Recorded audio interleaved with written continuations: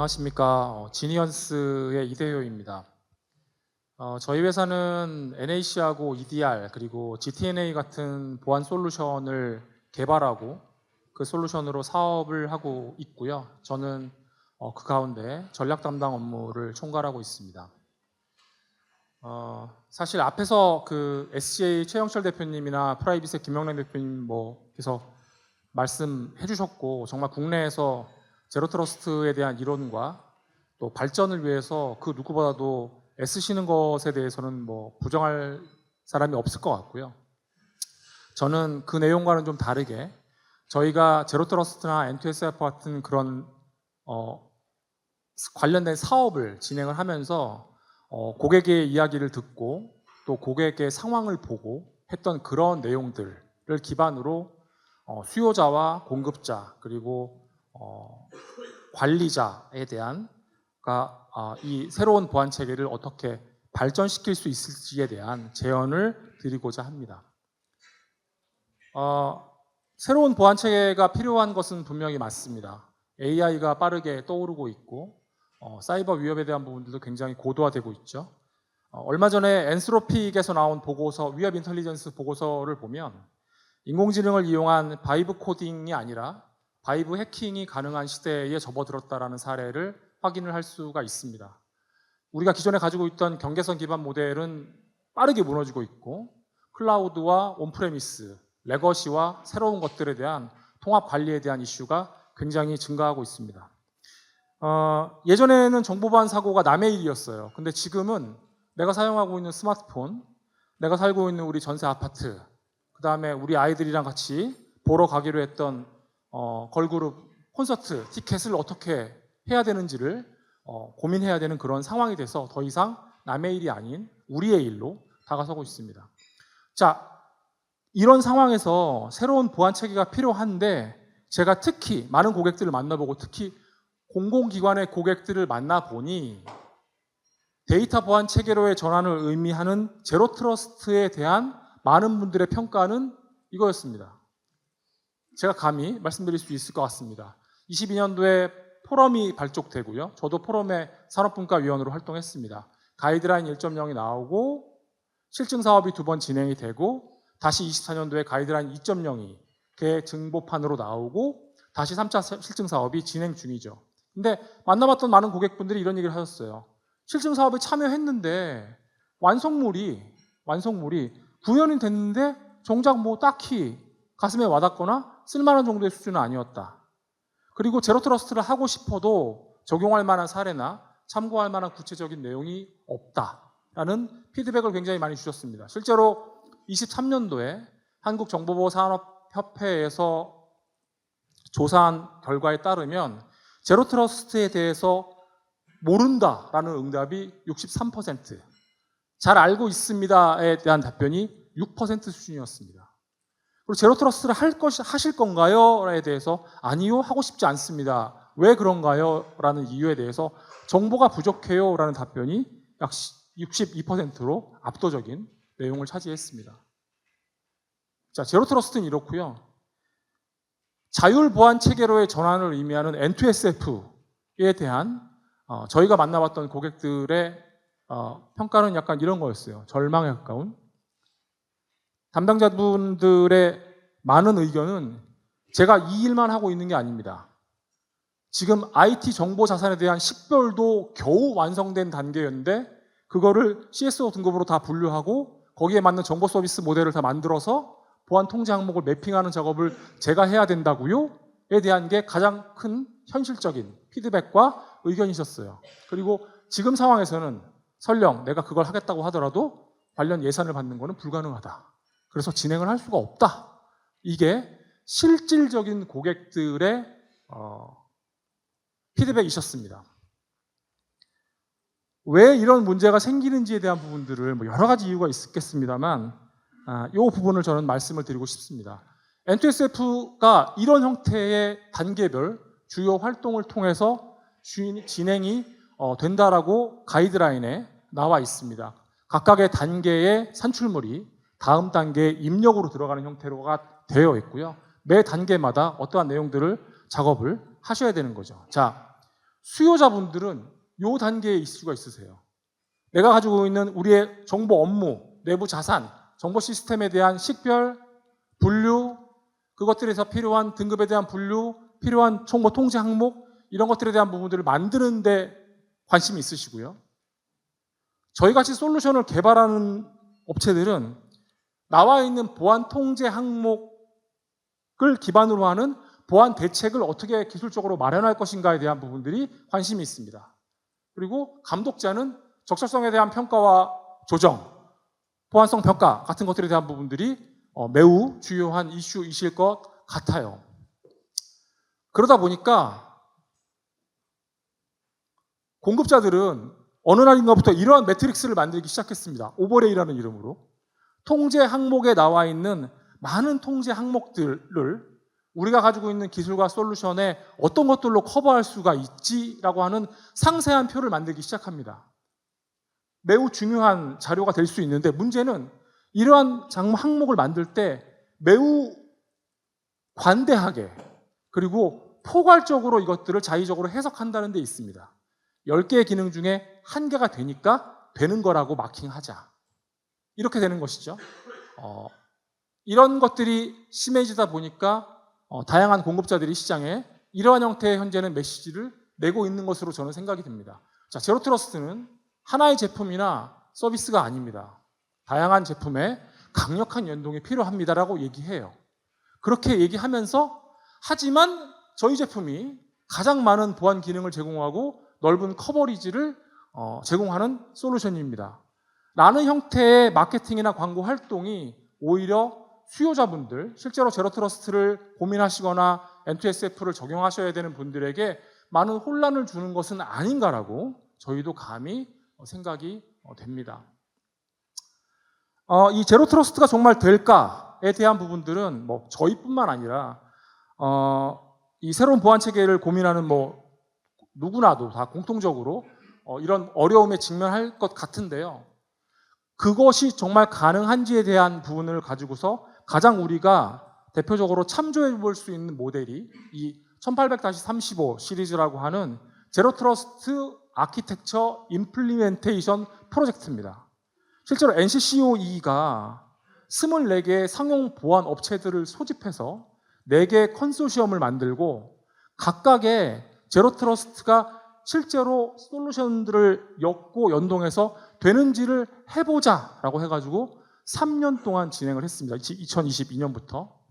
여기에는 굉장히 많은 형태의 내용들, 그 다음에 사례 같은 것들이 있고요. 이것들을 진행을 하면서 앞서 얘기했던 왜 팔로알토가 사이버아크를 인수했는지, PDP 통합의 한계, 제로 트러스트 정책 통합의 어려움, 가시성과 오케스트레이션, 오토메이션 같은 것들에 대한 한계, 굉장히 자세한 보안 정책을 위한 더 많은 PIP에 대한 필요성, 이런 것들에 대한 부분들을 다 배우게 되죠.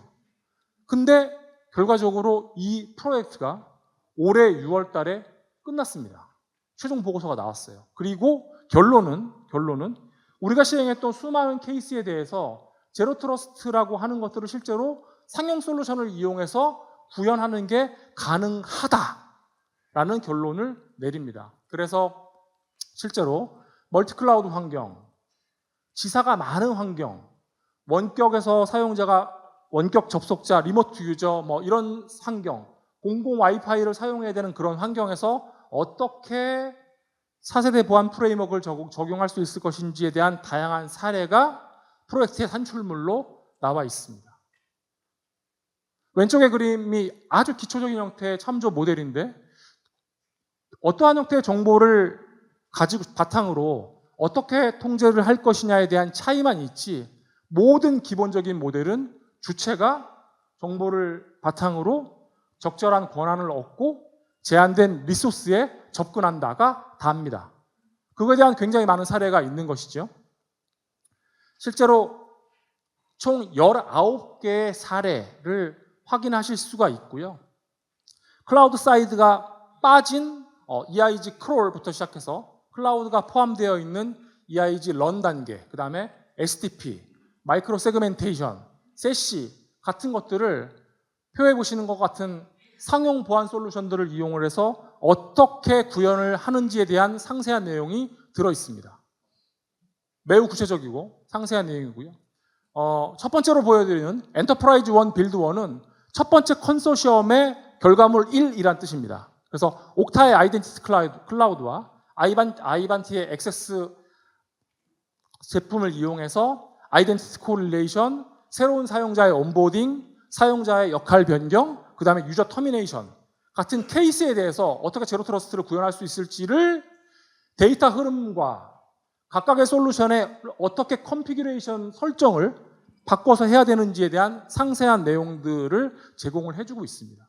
그래서 내가 이 중에 어떤 형태의 솔루션을 가지고 있다고 하면 실제로 한번 해볼 수 있겠는데에 대한 굉장히 큰 마중물 역할을 할 수 있다라고 저는 생각을 하고 있고, 이들의 어떤 협업과 그 산출물에 대한 공개에 대한 문화가 굉장히 부럽다라고 느꼈습니다.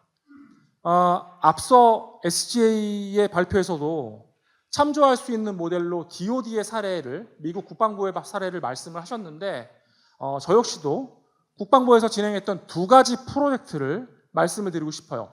DoD의 GT 오버레이나 DoD가 가지고 있는 제로 트러스트 아키텍처에 대한 내용들은 굉장히 많은 관련 문서를 찾아보실 수가 있고 이런 컨퍼런스에서 많이 보실 수 있으실 겁니다. 근데 실제로 DoD가 내부에서 수행했던 프로젝트의 내용에 대해서 알고 계시는 분은 많지 않으신 것 같아서 두 개를 준비했고, 첫 번째는 DoD의 산하에 국방정보 시스템국이 진행했던 썬더돔이라고 하는 프로젝트입니다.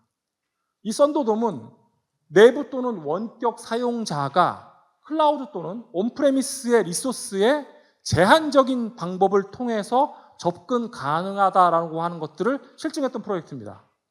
22년도에 실행을 했고요. 상용의 아이캠 솔루션, 세시, SD-WAN 같은 보안 도구를 똑같이 활용해서 이게 되는 건가를 테스트를 해봤고 실제로 24년도에 D사 내부의 배포가 완료가 됐고 25년도까지 하부의 60개 산하기관에 전부 다 이 썬더돔 프로젝트를 배포해서 적용한다라고 발표하고 있습니다. 이보다 1년 빠르게 미 해군이 플랭크 스피드라고 하는 프로젝트를 진행을 합니다. 이것은 원격 해외에 근무하고 있는 해외 또는 함정에 근무하고 있는 많은 그런 그 병사들, 직원들을 대상으로 해서 MS의 애저 클라우드 기반의 M365를 기반으로 하는 제로 트러스트 프로젝트예요. 이것 역시 성공적으로 종료가 됐고 27년까지 65만 사용자에게 배포 적용하겠다라는 내용을 발표를 하고 있습니다. 그래서 관련된 내용들을 여러분께서 찾아보시면 해당 내용을 확인해 보실 수가 있고, 앞서 이 DoD가 152개의 2027년까지 152개의 제로 트러스트 액티비티, 그러니까 캐퍼빌리티 밑에 있는 건데, 캐퍼빌리티 역량 밑에 있는 제로 트러스트 활동인데, 제로 트러스트 액티비티를 152개를 디파인을 했는데 그것들을 전부 다 2년 앞서 땡겨서 달성했다라고 발표를 했습니다. 그래서 DoD가 세운 이 목표가 실현 불가능한 것도 아니고 상용 솔루션을 조합해서 달성 가능한 레벨이고, 그것들에 대한 목표했던 것보다 2년 이상 앞당겼다라고 하는 것들에 대한 상세한 내용들이 공개가 되어 있습니다. 무려 국방부 프로젝트의 내용이 저도 봐서 이렇게 말씀을 드릴 수 있을 정도로 오픈이 되어 있다는 게 굉장히 국내 환경과는 차이가 있는 부분이지 않나라고 생각이 듭니다. 저희는 제로 트러스트 실증 사업을 포함해서 제로 트러스트와 관련된 본 사업들도 진행을 하고 있습니다. 저희가 1차, 2차, 3차 이렇게 풀스택 기반의 보안 실증, 개방형 제로 트러스트 모델 설계 및 구축, 제로 트러스트 기반의 금융권을 대상으로 하는 제로 트러스트 기반의 클라우드 네이티브 보안 모델 설계, 이런 프로젝트를 진행을 하는데, 각각의 프로젝트를 말씀드린 것처럼 혼자 할 수는 없습니다. 다양한 솔루션, 다양한 서비스와 연계해서 고객이 가지고 있는 문제를 해결하려고 어프로치를 하는데, 가장 프로젝트를 진행을 하면서 해결하기 어렵고 중요하다고 생각되는 것 중에 가장 으뜸이 연동입니다. 국내 보안 업체들, 저희 국내 보안 업체인데, 아이러니하게도 국내 보안 업체들끼리 연동을 하는 것보다 해외 글로벌 업체와 연동을 하는 게 훨씬 편하고 빠릅니다. 왜냐하면 연동에 대한 굉장히 많은 경험과 리소스, 그 다음에 표준 연동 체계를 지원을 하고 있습니다. 그에 반해서 다수의 국내 솔루션 서비스 업체들이 연동 체계를 지원하지 않고 있거나 표준이 아닌 자체 연동 스킴을 가지고 있어서 원하는 정도의 수준의 연동 체계를 만들기가 굉장히 지금도 여전히 어렵다. 참여 개발사 및 솔루션 간의 연동 체계가 되게 부실하고 연동이 된다 하더라도 그게 제로 트러스트 정책이나 원하는 형태의 통제 수준까지 가기에는 굉장히 부족함이 많다라는 부분들이 가장 큰 문제였습니다. 그래서 유연하고 확장성이 있는 표준화된 형태의 정책 연동 또는 통제 연동 체계가 필요하다라는 부분들을 말씀을 드리고 싶고요. 제로 트러스트 구축의 아키텍처 방법으로 얘기하고 있는 세 가지 EIG와 SDP 그리고 마이크로 세그멘테이션과 관련된 글로벌 표준 연동 체계가 이미 다 나와 있습니다. 이런 형태의 연동 체계를 국내 보안업체들이 빠르게 적용을 하고 수용을 하는 것이 보안업체들 간의 연동을 통해서 보안 시너지를 만들고 큰 시너지가 제로 트러스트나 N2SF 같은 새로운 보안 체계를 가능하게 해줄 수 있을 것이다라고 생각이 듭니다. 자, 앞에서 제로 트러스트에 대한 부분들을 말씀을 드렸어요. 근데 이 제로 트러스트와 N2SF를 말씀을 드릴 때 RMF와 800-53을 설명을 안 드릴 수가 없습니다. 앞전의 세션에서도 똑같이 말씀을 다 드렸어요. 근데 수평적으로 쭉 말씀을 드리다 보니까 각각에 대한 관계에 대한 부분들을 굉장히 혼동하시거나 이해하시는 데 어려움을 겪으시는 그 담당자분들이 많으신 것 같아서 제가 요 장표를 준비를 했습니다. 자, 제로 트러스트는 목표입니다. 목표. 우리가 데이터 기반 보안 체제로 전환하겠다. 현대 보안 아키텍처의 청사진이고 우리가 꿈꾸는 이상적인 형태의 보안 상태라고 볼 수 있습니다. 자, 목표를 잡았어요. 그러면 그 목표를 달성하기 위한 절차가 필요합니다. 절차. 어떠한 절차로 저 목표를 달성할 것이냐. 그게 RMF입니다.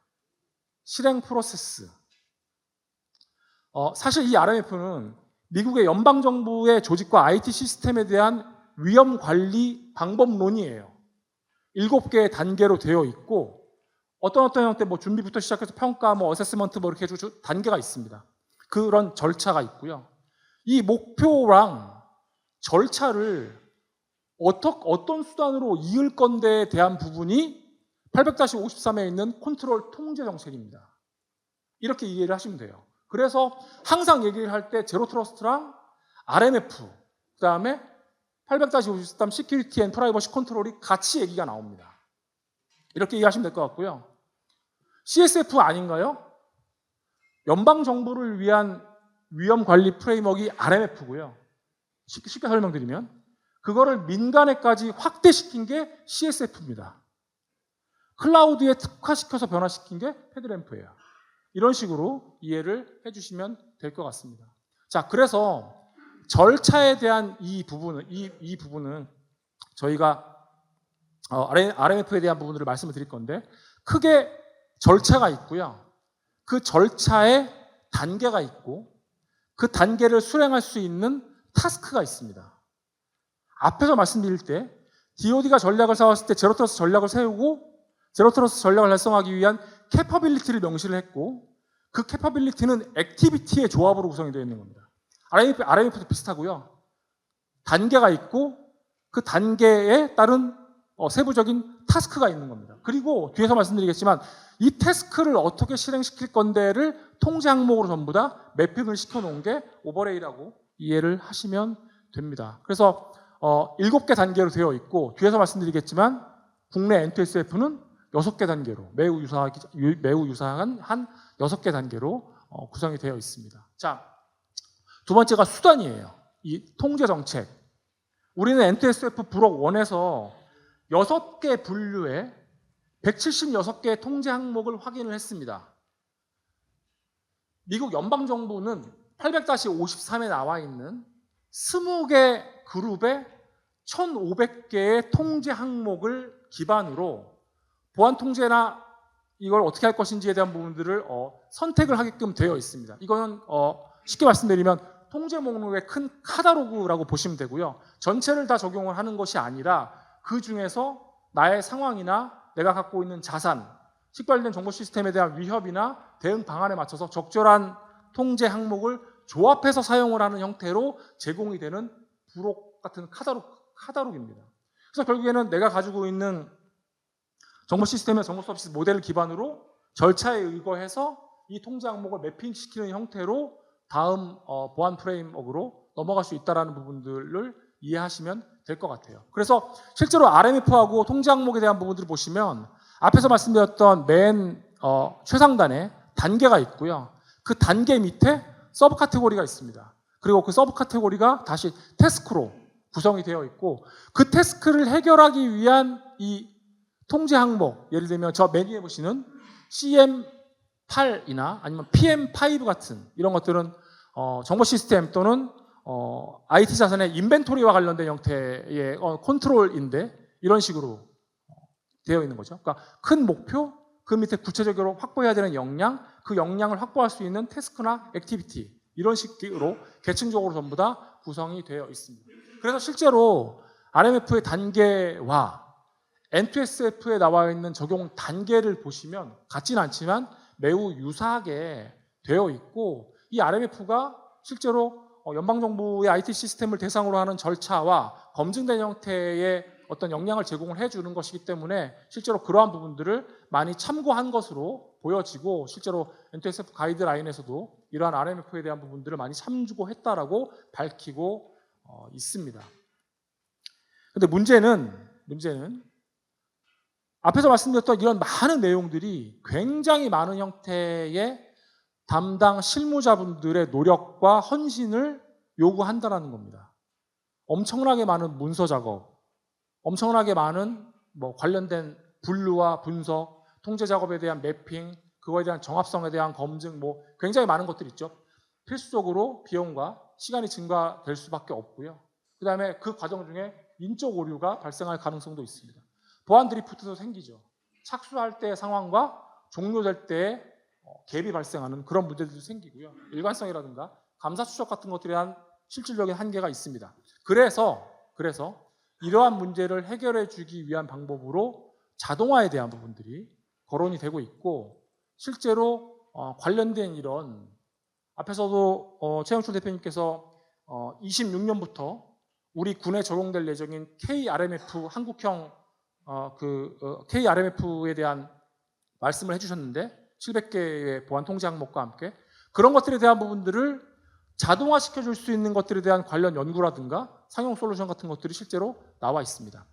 가장 대표적으로 제가 드리고 싶은 게 역시 또 DoD가 잘하는데 DoD가 가지고 있는 이마스라고 하는 미션 달성 보증 시스템이 있습니다. 이것은 뭐냐면 RMF의 각 단계에 있는 단계들을 자동화시켜서 어떠한 위협이 있고 그 위협의 보안 조치가 적절한지를 자동으로 평가, 모니터링, 리포팅해주는 솔루션입니다. 그리고 각각의 단계에 대한 부분들을 다 모아서 최종적으로 이마스가 최상위 레벨의 보고서라든가 이런 것들을 나오고 그것들에 대한 적절성이나 유효성 같은 것들을 평가해주는 식으로 구성이 되어 있습니다. 결국 이런 걸 놓고 봤을 때 실제로 N2SF 미션 달성을 위한 지원 시스템이라든가 관련 서비스 같은 것들을 감히 생각해봐야 될 때가 아닌가라는 생각이 들고요. 근데 중요한 것은 뭐냐면 이 이마스라고 하는 큰 시스템이 각각의 단계마다 굉장히 많은 HBSS라든가 ABAX라든가 이런 것들에 대한 자동화된 모듈들을 많이 가지고 있고 그것들이 유기적으로 돌아가는데 그러한 모듈이나 기능들도 역시 스캡이라고 하는 표준화된 형태의 프로토콜과 공통 인터페이스를 통해서 움직인다라는 겁니다. 그리고 그들 간의 정보를 주고받기 위한 메시징 포맷, 단말이라는 건 정보 시스템에 공개된 보안 취약점 같은 것들을 정량적으로 알기 위한 CVE나 CVSS, 뭐 이런 것들에 대한 공통적인 것들을 활용을 해서 연계가 되는 것이죠. 그리고 관련된 내용들을 빠르게 확인하고 자동화시킬 수 있습니다. 심지어 실제로 이 이마스에 대한 부분들에 대한 사용기라든가 뭐 평가 이런 것들을 찾아보면 엄청나게 많은 문서 작업과 뭐 그런 것들이 굉장히 업무보다 오버헤드가 크다 이런 거에 대한 피드백 같은 것들을 쉽게 찾아볼 수가 있습니다. 아이러니하게 그렇게 대형 시스템과 사용자의 어려움이 밑에 보시는 것 같은 형태의 상용 솔루션의 발전을 리드했고 관련된 RMF라든가 이런 것들을 지원해주기 위한 관련 정보 서비스 컨설팅 같은 것들도 굉장히 큰 시장으로 만들어졌다라는 거는 국내에도 굉장히 시사할 내용이 많이 있지 않나라고 생각이 됩니다. 마지막으로 결론 및 제언을 말씀드리고 발표를 마치겠습니다. 일단 수요자 고객분들께 드리고 싶은 말씀은 차세대 보안 체계로 전환을 준비하셔야 됩니다. 막을 수 있는, 물론 굉장히 어렵고 힘드시겠지만 거스를 수 있는 대세가 아닙니다. 따르셔야 되고 빨리 가냐 늦게 가냐의 차이만 있지 가셔야 되고요. 단일 사업이 아니고 한 방에 갈 수도 없습니다. 점진적이고 지속적으로 계속 변화 계획을 수립하셔서 가셔야 된다는 말씀을 드리고 싶고요. 체감할 수 있고 가장 작은 프로젝트부터 시작하시라고 하는 부분들을 권고드리고 싶습니다. 실제로 사업과 관련돼서 제로트러스트 사업과 관련돼서 가장 많이 이루어지고 있는 건 뭐냐면 기존에 있던 레거시 VPN을 GTN이나 다른 것들로 대체하는 사업이에요. 그게 왜 그러냐면 가장 비용 대비 효과가 크고 실제로 VPN과 관련된 굉장히 많은 사건 사고들이 일어나기 때문에 투입 대비 효과가 큰 프로젝트의 예라고 할 수가 있습니다. 보유하고 계시는 단위 보안 솔루션을 고도화해서 새로운 보안 체계로 가는 것은 굉장히 어렵습니다. 기존에 있던 레거시 보안 체계와 새로운 보안 솔루션을 타이트하게 연동하셔서 큰 보안 시너지를 만드시는 게 굉장히 중요하다. AI, 클라우드, 뭐 이런 여러 가지 새로운 것과 기존에 갖고 있는 것들을 전부 다 고려하시는 형태의 상생 방안이 필요합니다. 자, 여기 저희를 포함해서 소프트웨어나 서비스를 개발하시는 분들이 계신데 제발 공유 및 글로벌 표준 연동 체계를 적용하는 것들을 심각하게 고민하시고 구체적으로 해주셨으면 좋겠습니다. 한국형 연동 체계가 아닌 이미 오픈돼서 많이 사용되고 있는 글로벌 연동 보안 체계를 사용하는 것이 필요합니다. 그리고 기참여된 실증 사업의 내용이라든가 저희도 개발 체계라든가 사업에 대한 내용을 공개를 적극적으로 해서 많은 분들이 그러한 세부적인 내용을 보고 확인하실 수 있게끔 해야 됩니다. 그리고 갈수록 더 많은 정보를 기반으로 더 많은 실시간성의 정책을 만들고 폐기하는 동적 관리 체계를 위해서 AI라든가 머신러닝 같은 것들에 대한 새로운 기술을 적용해야 된다라고 말씀드리고 싶습니다. 마지막으로 드리고 싶은 말씀은요. 다양한 지원 프로그램이 마련이 필요합니다. 앞에서 말씀드린 것처럼 이마스처럼 그러한 체계 전환에 대한 부분들을 지원해 줄 수 있는 아주 큰 시스템이나 뭐 솔루션 같은 것들을 포함해서 정책, 자금, 교육 이런 것들 전부 다 전환 지원할 수 있는 프로그램에 대한 마련이 필요하다고 생각되고요. 분야별 영역별로 새로운 보안 체계에 대한 실증 사업이라든가 관련 프로젝트가 더 많아져야 됩니다. 지금은 과기부나 국정원 주도로 이런 것들이 진행되고 있는데 저는 안보, 외교, 국방, 방산 이런 다양한 분야에 관련된 체계에 대한 부분들이 적용되고 그런 것들이 지금보다 훨씬 더 활발히 공유가 되어야 빠르게 진행될 수 있다고 보여집니다. 마지막으로 저희처럼 솔루션을 개발하는 공급사의 참여 유도를 위한 자격이나 가점 같은 유인책에 대한 부분들도 필요하다고 생각이 됩니다.